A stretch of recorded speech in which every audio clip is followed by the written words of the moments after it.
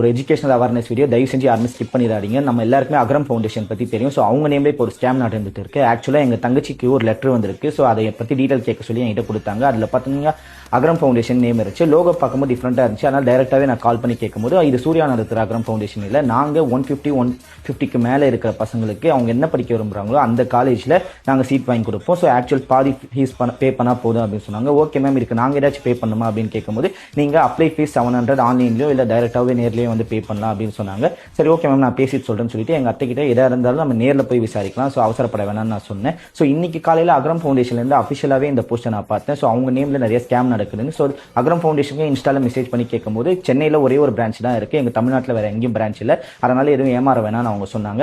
So நேற்று நான் அவங்ககிட்ட பேசினவங்க வந்து ஏமாத்துறாங்களா இல்லை உண்மையான எனக்கு தெரியல. பட் ஆனால் அக்ரம் ஃபவுண்டேஷன் நேம்ல இருந்து இப்போ நிறைய ஸ்கேம் நடந்துட்டு இருக்கு. ஸோ யாருமே உங்களோட அமௌண்ட்டை எதுவும் பே பண்ணாதீங்க, நேராக போய் விசாரிக்காம. ஸோ இந்த வீடியோ எல்லாருக்குமே ஷேர் பண்ணுங்க, ஏன்னா +2 ரிசல்ட் வர போகுது. இந்த மாதிரி ஒரு ஸ்கேம் நடந்துகிட்டு இருக்கு. ஸோ நிறைய பேருக்கு இதை ஷேர் பண்ணுங்க. தேங்க்ஸ்.